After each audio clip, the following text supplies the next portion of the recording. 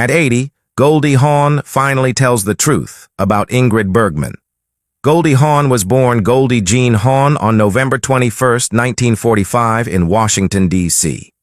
Goldie grew up far away from the glittering lights of Tinseltown, yet she possessed a natural spark from the very beginning. Raised in a warm, supportive family, she trained as a dancer from early childhood, immersing herself in ballet and tap, disciplines that would later form the backbone of her on-screen energy and comedic timing. Her early dreams revolved around dance, not acting, and certainly not stardom, yet fate had other plans. By her early 20s, Goldie found herself working as a go-go dancer and aspiring performer, struggling to make ends meet while tirelessly chasing creative expression.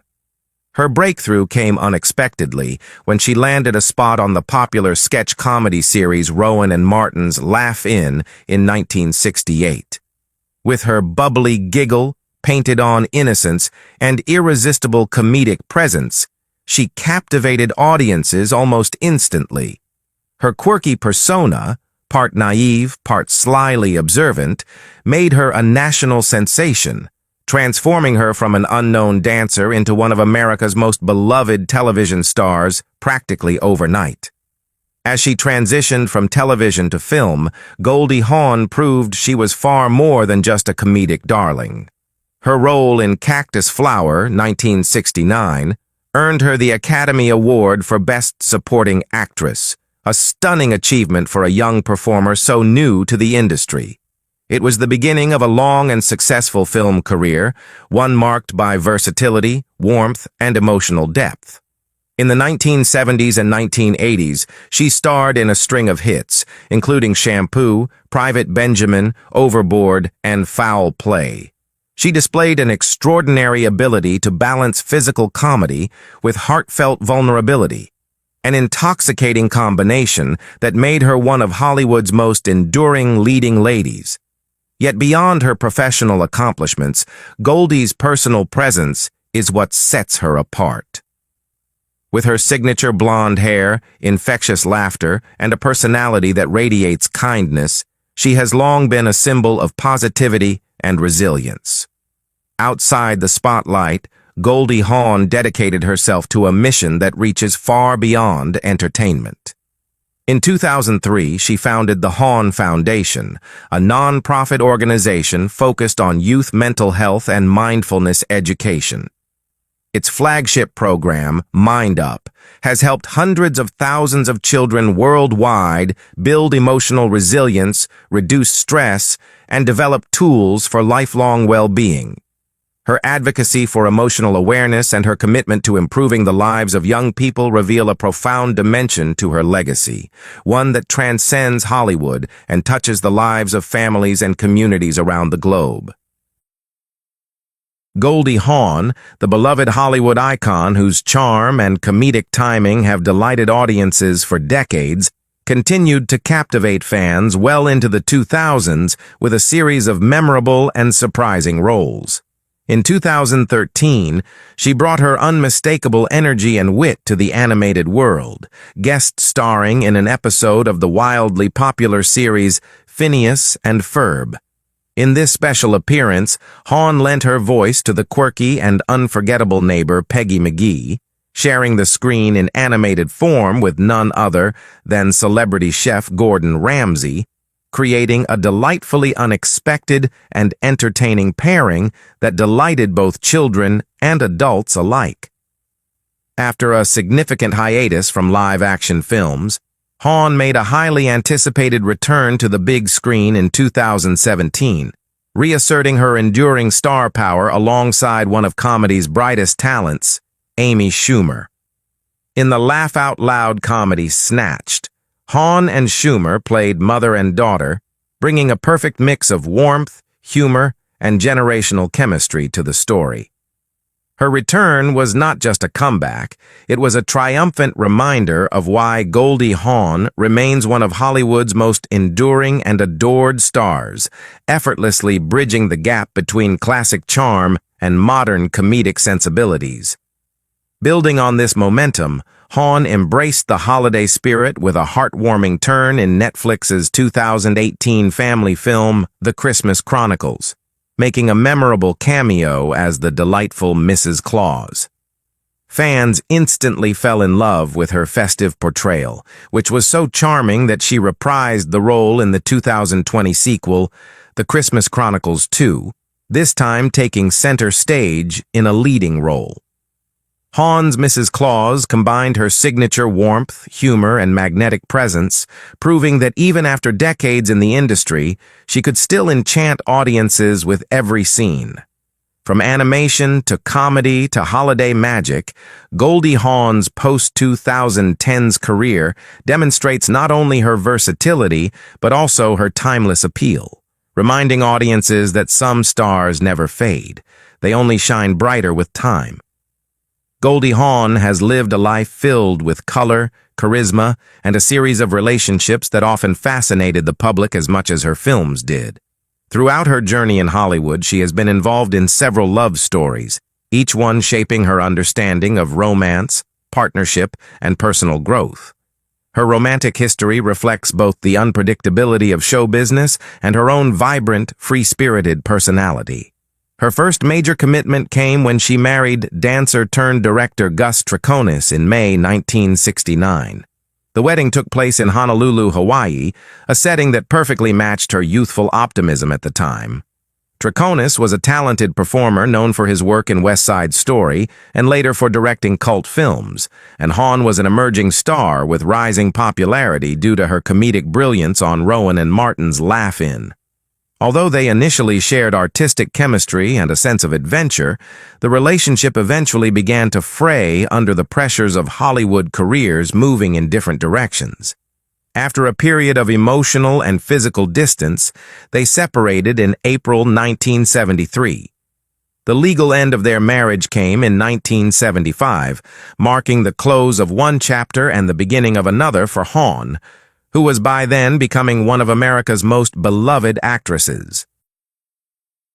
Following her split from Triconis, Goldie Hawn entered a period in her life where she explored several romantic connections, each one unique in its own way.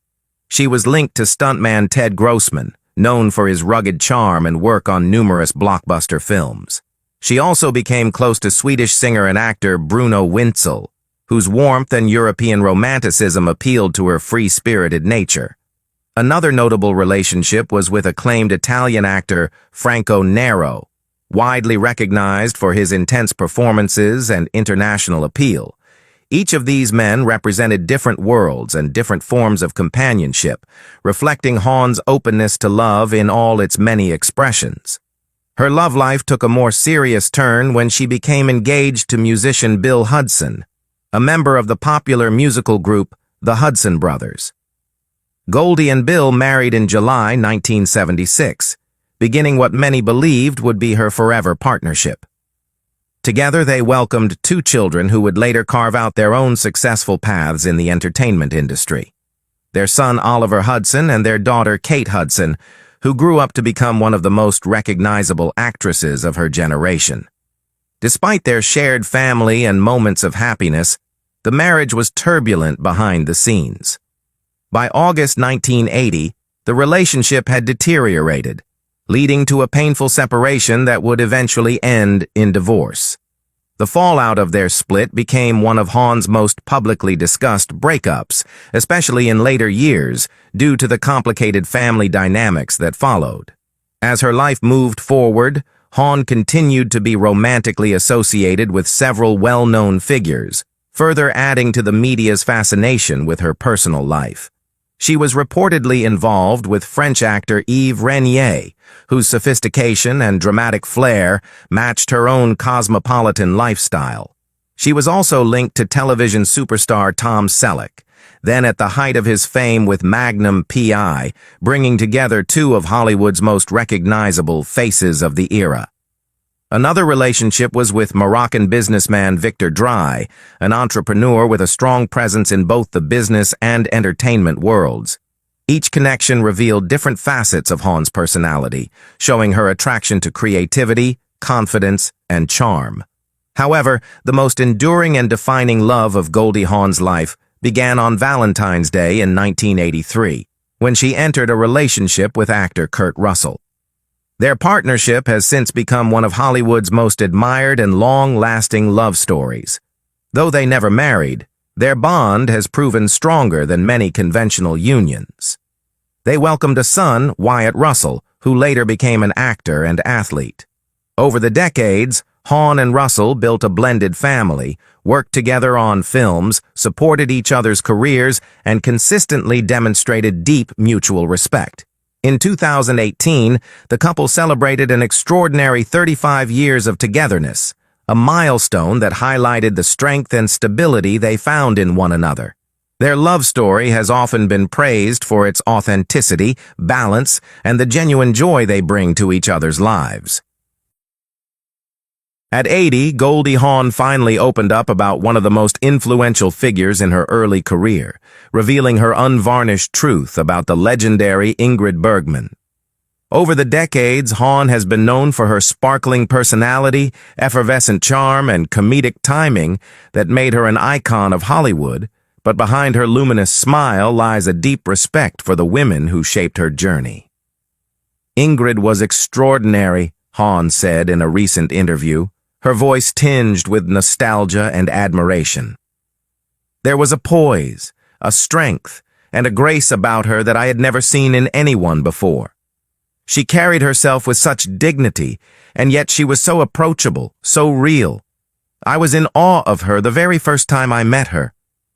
These words reveal not just the admiration of a young actress for a screen legend, but also the imprint that Bergman left on Hawn's understanding of what it meant to be a professional and an artist in Hollywood's often harsh and superficial landscape.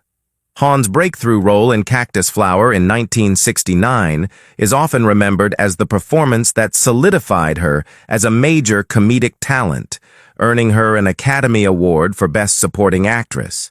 But behind that success, Hawn recalls the subtle ways in which Bergman influenced her craft. I watched Ingrid and learned so much just by observing her, Hawn explained. It wasn't just about how she delivered lines or moved in front of the camera. It was how she held herself in the room, how she treated everyone on set. She taught me that being talented isn't enough. You have to be generous, curious, and humble. Watching her was like getting a master class in both acting and being a good human being in this industry. It's remarkable to consider that while Hawn was navigating her own ascent in Hollywood, she was quietly absorbing lessons from a legend whose career spanned decades, demonstrating how the transmission of wisdom in film can be as powerful as formal training. In her reflections, Hawn also emphasized the personal side of Bergman that was seldom seen in public. People think of Ingrid as untouchable, regal, distant, but she wasn't, Hawn said. She laughed a lot, loved deeply, and cared about those around her. I remember one day she spent an hour with me just talking about life, not acting, not movies. She had this way of making you feel like you mattered, like your thoughts and feelings were important, and that left a mark on me that I carry to this day. It is this mixture of professional mentorship and genuine human connection that Hawn recalls most vividly, underscoring the rare combination of talent and kindness that defined Bergman. Such personal anecdotes also give insight into the ways older generations of actors helped shape newcomers, serving as both role models and moral compasses in a world that could be ruthless and unforgiving. Hawn's candidness about Bergman comes at a moment when she herself is reflecting on the longevity of her own career and the legacy she hopes to leave. I think about how much she influenced me every time I step onto a set, every time I approach a character, Hawn said. Even now, decades later, I carry her lessons with me. She showed me that the essence of acting isn't just about making people laugh or cry. It's about truth, honesty, and respect for your craft and the people you work with. In this way, Hawn not only honors Bergman's memory, but also positions herself as a bridge between eras of Hollywood, connecting the golden age of film with contemporary storytelling. Her reflections remind audiences that behind every great performance are mentors whose impact often goes unspoken, quietly shaping the next generation of artists. Goldie Hawn's revelation about Ingrid Bergman is more than a nostalgic recollection. It's a testament to the enduring power of mentorship, grace, and humanity in Hollywood. "She was a beacon," Hawn said, "someone who illuminated the path for those of us who came after her. And I will always be grateful for that." At 80, Hawn has finally given voice to her admiration, allowing fans and fellow actors alike to glimpse the depth of her respect and the lessons she has carried for over half a century. It is a story not only of cinematic history but of personal growth, a reminder that even in an industry defined by glitz and glamour, true inspiration often comes from the quiet, generous acts of those who came before us. Hawn's reflections reveal the full circle of her journey, from a young, aspiring actress in awe of a legend to a seasoned star who herself embodies the elegance, humor, and humanity that Ingrid Bergman exemplified.